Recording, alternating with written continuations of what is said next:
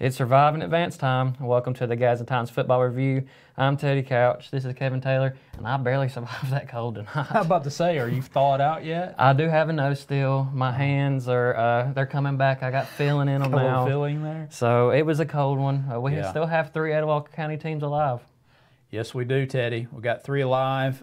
We had 5 coming in tonight, and all 3 of the home teams survived, and they move on. And even though they ended up finishing in the top of their region, well, guess what? In the second round, you're going on the road. Congratulations.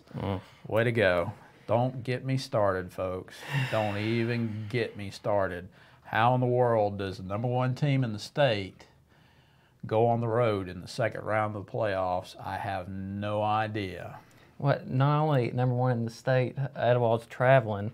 They're the only undefeated team in Class 5A, and I want to say they're traveling to what, Center Point? Were they 5-5 beforehand? 5-5. Yeah. They're traveling. Yeah. To Birmingham. Makes absolute sense to me. And you're undefeated. Yeah. We can't get started on that, or Nope. that's going to turn into a whole nother show. That's a whole nother show for another day, folks.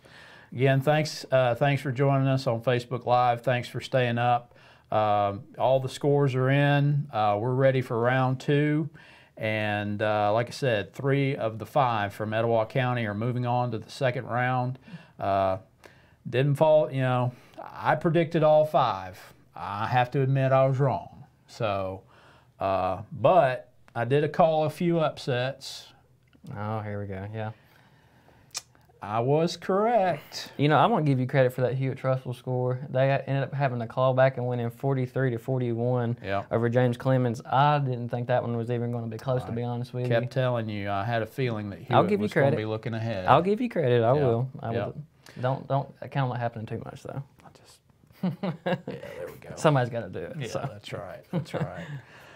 Just some of the scores. Class 1A, Donahoe eliminated Coosa Christian 59-14.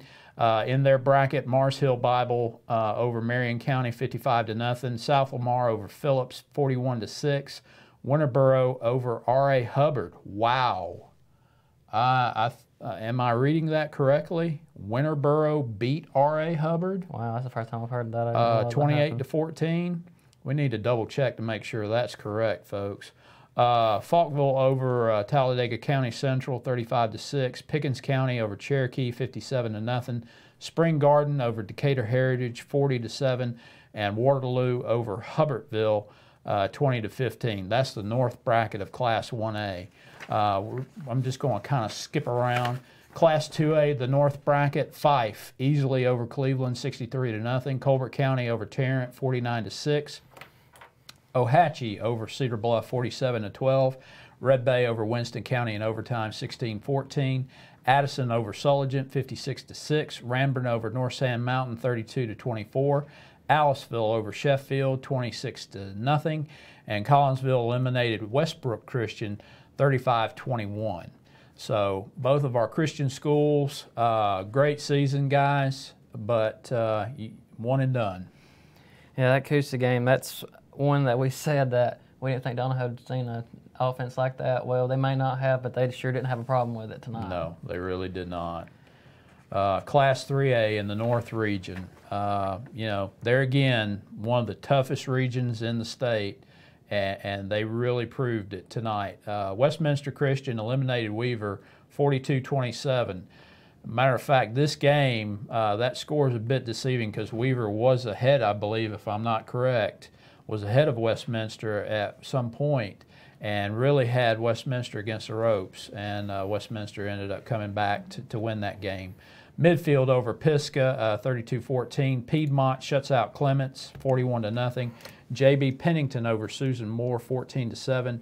Geraldine over Holly Pond 29-14. Randolph County 53, Lauderdale County 6. Fultondale 37, Plainview 6, and Sachs 56-0 over Colbert Heights. You know, there again, in Class 3A, Randolph County, Sachs, wow, Piedmont. You know, I just have a feeling we're going to end up seeing we're probably going to end up seeing a Randolph County Piedmont semifinal out of the North region. I'm going to go ahead and call that one. Who will Sachs meet up with if they make it? In Class 3A, let me take a quick look. Let me go to the sheet here. Okay. Piedmont faces, excuse me. They would have to play Randolph County to get to the semi. Piedmont faces J.B. Pennington in the second round. Geraldine faces Randolph County and then Fultondale Sachs. So Randolph County and Sachs could face each other in the quarterfinals, with Piedmont laying in wait should they knock off probably Westminster Christian there in the semifinals. So, yeah, I sincerely believe that's going to happen. I think you're going to see probably Piedmont and either Randolph County or Sachs in the semifinals. One of those two teams out of that region, probably, like I said, one of the toughest regions in the state to move on and advance to play in Auburn. We did get a confirmation Winterboro did knock off R.A. Hubbard. I'm shocked, absolutely shocked. If there was the biggest upset of the state in the first round, that has to be it, because R.A. Hubbard, I know that those are the old days back in the day when you had Hazelwood used to be considered one of the best football teams in the state, bar none, no matter what classification you were, and so that's a big upset there. In Class 4A in the North bracket, Aniana over Brooks 43-34. Kate Smith, Duncan DAR over Northside 36-30. Jacksonville 11-0 now, 39-21 over Rogers. Good Hope 62-28 over St. John Paul II. North Jackson, who Hoax Bluff will play in the second round of the playoffs, defeated Curry 47-6. Hoax Bluff knocked off Central Florence 38-14. Fayette County beat Randolph 26-8, and Deschler eliminated Anniston 21-7. So, like I said, North Jackson, Hoax Bluff, that is going to be the game, probably one of the top games in the state in the second round. And I'm standing behind what my statement earlier this week. I think whoever wins between North Jackson and Hoax Bluff, they're going to play in Auburn for the state championship.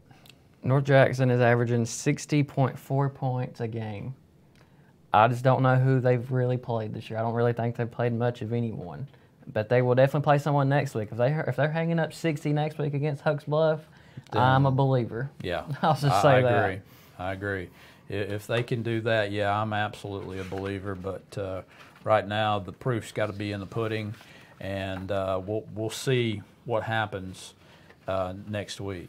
So, in Class 5A, in the North region, Madison Academy eliminated Alexandria 18-15. I told you guys that this game was going to be a tough game for Madison Academy, and I was right. Alexandria ended up going ahead on Madison, and then Madison came from behind to win this game and knocked them off. Central Clay County over Corner 34-8. Etowah 33-0 over Gunnersville, and they will go on and travel to Center Point, which is in suburban Birmingham, and they'll play, like I said, they'll play Center Point. Center Point beat Russellville tonight 22-8. Jasper beat Sylacauga 34-20. Southside beat Brewer tonight 15-9. So Southside will travel to Jasper in round 2. Mortimer Jordan over Doris 17-3, and then East Limestone eliminated Boaz 53-33 in a shootout. Yeah, Mark Golden, our chief photographer, commented, said North Jackson's Lee Witherspoon has 58 touchdowns this season. Yeah, he leads the state in. He now has the record for the most touchdowns scored in a season, and so. He is a touchdown machine, but there again, I agree with you, Teddy. Who has North Jackson played? 58 touchdowns in a season, though. I don't care who you're playing. That's wow. Impressive. Yeah. That is extremely impressive. Whoever gets to go to that game, though, in terms of just fans, whoever, you get Witherspoon versus Meads. That's a great matchup. Sign me up. That's going to be fun. You Yeah. got 2 back of the year finalists right there going at it. Yeah. To keep their season alive. That's going to be a lot of fun to see how that one shapes up. Yeah, and I think both of those two need to be considered for Mr. Football as well. No complaints here. I mean, the numbers speak for themselves. Absolutely. In Class 6A in the North Region, Gardendale eliminated Fort Payne 21-14. Homewood over Athens 24-14. Pinson Valley shut out Albertville 47-0. Muscle Shoals over Minor 10-7. Hartselle 35, Pelham 7. Clay Chalkville over May Jemison 45-6. Decatur over Jackson Olin 35-32. Jackson Olin was 10-0 coming in, and that was one of the upsets I called. I said that Decatur would end up knocking off Jackson Olin. Oxford 42-14, moving on to play Decatur. So Class 6A is all set as far as the North Region. Class 7A, we'll go through all of these scores. Robert E. Lee beat Theodore 13-7. Auburn over Fairhope 34-23. Central Phoenix City shut out Davidson 46-0. McGill-Tulane 17-13 over Prattville. Hoover over Bob Jones 26-18. Matter of fact, Hoover had to come from behind to beat Bob Jones because Bob Jones was leading at the half over Hoover. Mountain Brook shut out Austin 31-0. Hewitt over James Clemens 43-41. And then Thompson tops Florence 45-14. So that's going to set up for an interesting round 2, or what you would have to call quarterfinal now, since there's only 4 rounds in Class 7A. So you've got Hoover facing off against Mountain Brook and Hewitt against Thompson. So that should be some interesting matchups there next week. Patrick says, could say Russellville losing to Center Point was a big upset since they were 9-1 and average over 40 points a game. True, but there again, Coach Drew Knowles called it at the beginning of this week. He was talking about who he'd rather see, and he was talking that he'd much rather see Russellville over Center Point. So obviously Center Point's a pretty sporty football team, even to be 5-5 or now 6-5. Yeah, it's going to be interesting to see Etowah travel to Center Point, like we talked about at the beginning. They're undefeated, only undefeated team in 5A, and they're having to hit the road. Yeah, I do not get that. But this Etowah defense, though, my goodness, what they did tonight was incredible. Yeah. So I think they can probably be all right. Yeah, Etowah jumped out to a 27-0 lead at the half. And Gunnersville had a whopping minus 53 yards rushing in the first half to Etowah. Etowah, like I said, jumped out 27-0. 4 of their 5 touchdowns scored tonight were on the ground. And then Dericky Wright, this guy has just turned into an interception machine for Etowah. He comes away with 2 picks tonight. Matter of fact, Etowah had 3 interceptions in the first half, and Dericky had 1, and then one more for Ollie Finch, and then Finch ended up capping that drive after the interception and scored the only touchdown reception of the night. He ended up with a 39-yard pass from Brady Troop to score, and that put him up 27-0 with 2:42 left before the half. Etowah is just there again.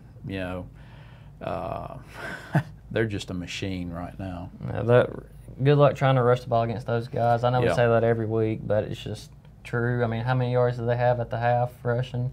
Was it like negative 53 yards rushing? That's insane even for them. Yeah. that's how they are though. That front 7 is crazy. You got 2 All-State linebackers. Then you got Alex Howard up front. You got Trey Cole up front. You got Jamin Graham. They're just so many key guys to that defense. And you got that Vandy commit, Justin Harris on one side, and Nana Davis on the other at cornerback. Dericky Wright. Yeah, and Ollie Finch. Interception machines. I want to say Dericky has 3 pick sixes this year. Wow. It's some of the numbers. They're giving up less than 100 yards a game. They had like 51 quarterback sacks before tonight's game. It's just some of the numbers that defense is it's unbelievable. Unbelievable. You're right. You know, they're like I said, Etowah they move on and they'll face Center Point. Like we said, Center Point knocked off Russellville 22-8. So like I said, that sets the stage in the second round for Class 5A, and then just below them you got Southside going to Jasper, and that's a very winnable game in my opinion for Southside. There again, Southside's hot. They are absolutely red hot right now. Winners of 6 in a row, and you know, they knock off a real sporty Brewer team, and you know, played on just my God, that field was not one of the better fields I've seen. The range really took its toll down at Southside, and so you know, for anybody to get any type of traction on that type of a field, you know, God bless them. It was tough sledding. I don't care who you are. Yeah, it was much of the same at Donahoe tonight. It was just that you could tell the rain really took a effect on the field and everything. Yeah. On the other side, the Jasper Southside winner will end up playing the Mortimer Jordan East Limestone winner in the quarterfinals. On the other side, you got Etowah versus Center Point. The winner of that will face the winner of the Madison Academy Central Clay game. So, you know, that's the top half of the North bracket, in my opinion, is much tougher than the south end of that North bracket. And then laying in wait out of the South, you've got Viger, Briarwood, and Ramsey still alive. And another great second round matchup will be in 5A when Briarwood and Viger play each other in that second round matchup. That should be a whale of a ball game. Do we have penalty numbers from that ball game by chance? No. Patrick said he must have been there. Said he felt like that hurt them a lot tonight in some key times, and that has been a problem for Etowah. It really has, yeah. I know that's something that they kind of they work on week to week and talk about wanting to improve. And some weeks, you know, they get a little better. Then the next week they kind of, you know, go back and have sometimes multiple, you know, too many penalties, like you said, in key times. That's something that could really hurt them in a tight game. That you know, for sure they're going to want to get better at. Little things like that can really hurt you especially in a playoff game late. Yeah, you're absolutely right. Yeah, and like I said, that's the one thing. If there may be an Achilles heel or even a chink in Etowah's armor, that's penalties.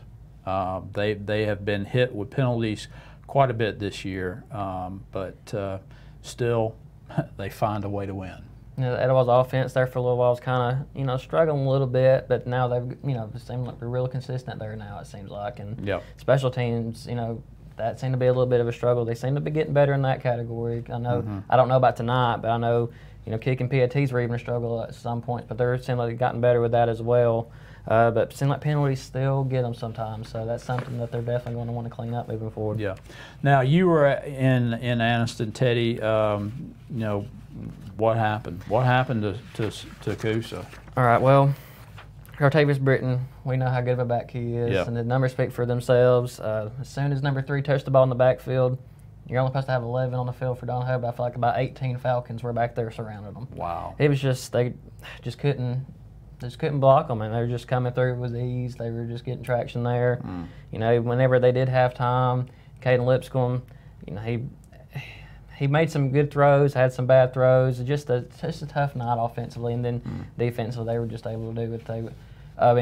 Donahoe offense were able to do what they wanted to. I mean, they were running, passing. Just Donahoe simply was a better football team. I mean, they were a tough football team.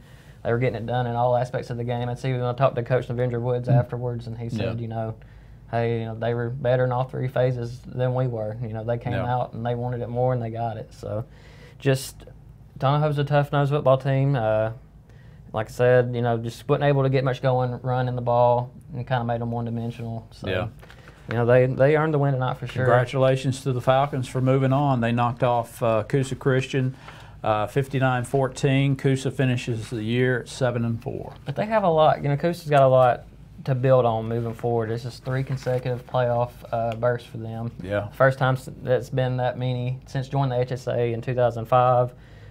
They had 7 wins this year. Yeah. In the last 2 seasons combined, they had 7 wins. I mean, so there's a lot to build on. There's a lot of positive things happening in that Coosa Christian program since Coach Navinder Woods has taken it over. Yeah. So, they have a lot to build on. Obviously now, they're kind of over that, hey, we want to make the playoffs. Now it's not only we want to make the playoffs, but we want to win when we get there. Yeah. So we'll see how that goes for them moving forward. Yeah. And then in Class 2A, like I said, Collinsville knocked off Westbrook Christian 35-21. Westbrook finishes the season 7-4.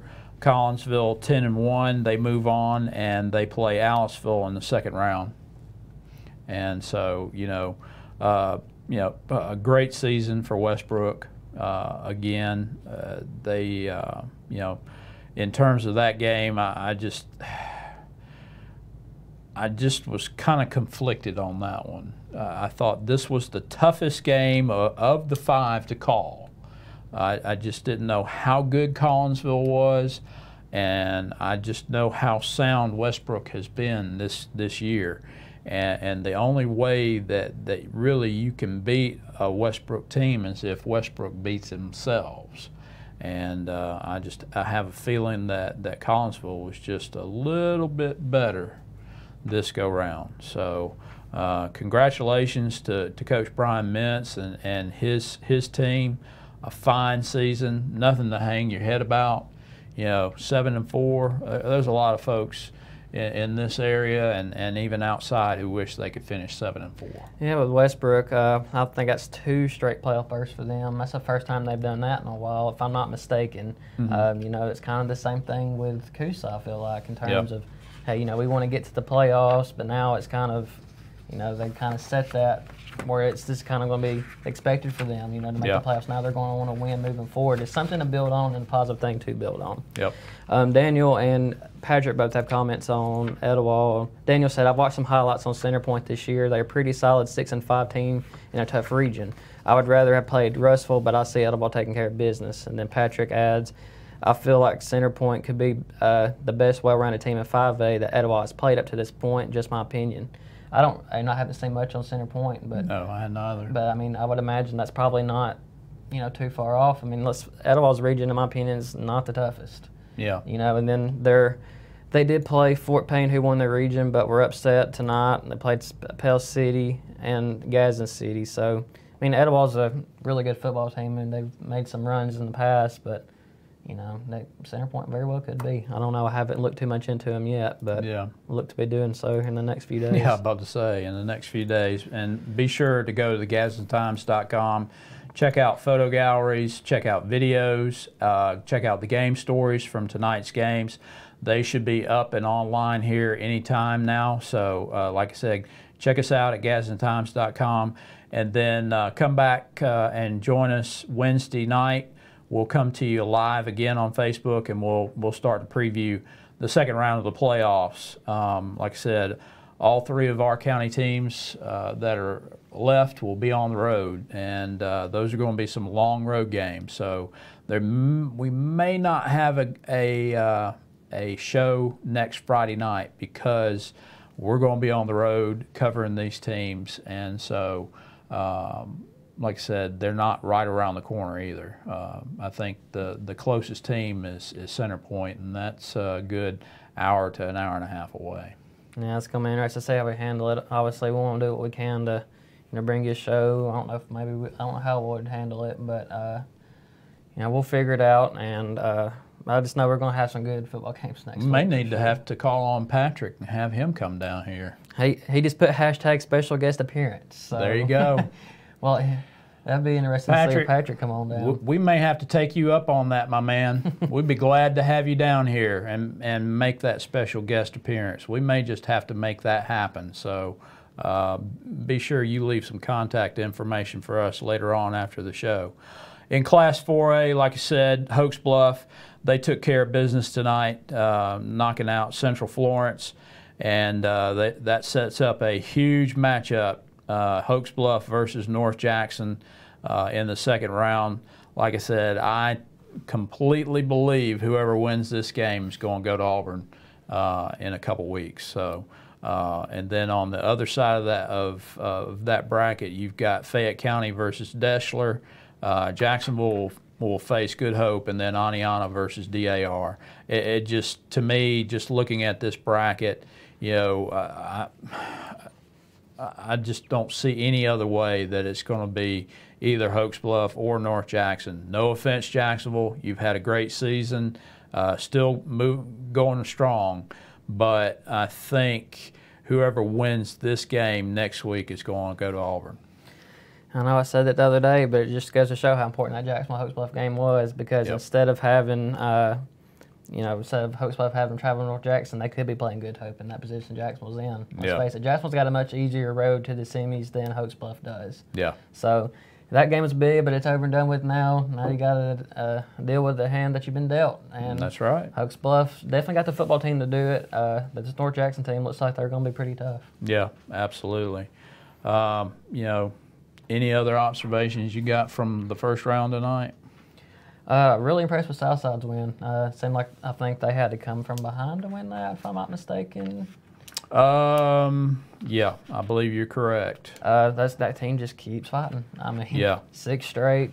Hosting the first round of playoffs. I know they're very excited about that. What a real gritty win by that football team, and just impressed to see how they do against Jasper. I'm looking forward to see how they do against Jasper next week. Obviously, Jasper will be favored, but well, they may be, dangerous. But Southside's dangerous. I'm of the belief that Southside should and could come away with a win over Jasper and move on to the quarterfinals. I think that Jasper, congratulations, you're 10-1, but I have a feeling by the end of next Friday night you're going to be 10-2 and wishing or thinking about what could have been. I think Southside's going to move on. I think Etowah's going to move on, and I think the Hoax Bluff's going to move on. I think we're going to see our 3 county teams still chugging right along into the playoffs. Not a whole lot more I can say about that. Yeah. Also, just a little quick mention on a little bit of college football. Jacksonville State will be going for their 5th straight OVC championship tomorrow. They can at least definitely clinch a share tomorrow. I know Daniel watches, and he's asked a couple of things about JSU. So, and then next week they'll be playing at SunTrust Park against Kennesaw State. Yeah.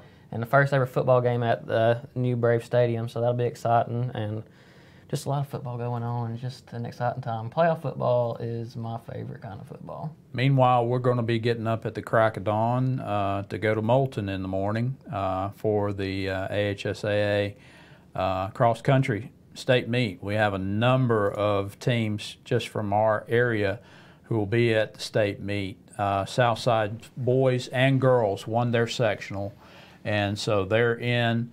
Westbrook Christian boys, they ended up finishing second in their meet, and so they'll be there. We'll have a number of runners from Boaz, from Sardis, Gadsden City. We've got just a number of kids from just right around this area who are going to be in Moulton tomorrow, and so we're going to be there to cover the state tournament, and so be sure to go online to thegadsdentimes.com tomorrow afternoon and see who won. Maybe there'll be a big blue trophy coming this way. Who knows? I might have to run with them to stay warm, but then you'll have to come find me because I'll be passed out somewhere. That probably wouldn't go very well. Patrick says possible Southside versus Etowah matchup. Would that be quarterfinals or semifinals? That would be the semifinals, and oh my goodness gracious! Wow, I don't know if you could fit everybody in that building because that place would be packed, wherever it would be. I think they'd have to play that. I think legitimately you'd have to play that over at JSU. And even then, I wonder if there would be enough seating for that matchup. And Cameron said Glencoe girls will also be at the cross-country state meet, and that is right. Yep. Daniel says North Jackson will shock Hoax Bluff next week. North Jackson is a tough team to play. He knows from his playing days. So he's going with North Jackson. Okay, Daniel. All right, so we've got your prediction in. We want to hear yours next week when we come to you live on Facebook Live. We'll be previewing the second round. Be sure to join us. We're going to be online. We're going to try to be up and running about 7 o'clock Wednesday evening. So if you got a little bit of time and want to spend it with us and chat with us over on Facebook, please join us. I hope Patrick, I hope Daniel, I hope you guys will join us. And we appreciate everybody who has joined us tonight. And there again, I'm looking forward to another tremendous week. Wow, we're only 4 games away from a state champion being crowned. So yes, who will we have any there? I guess we'll have to wait and see. We'll just have to wait and see.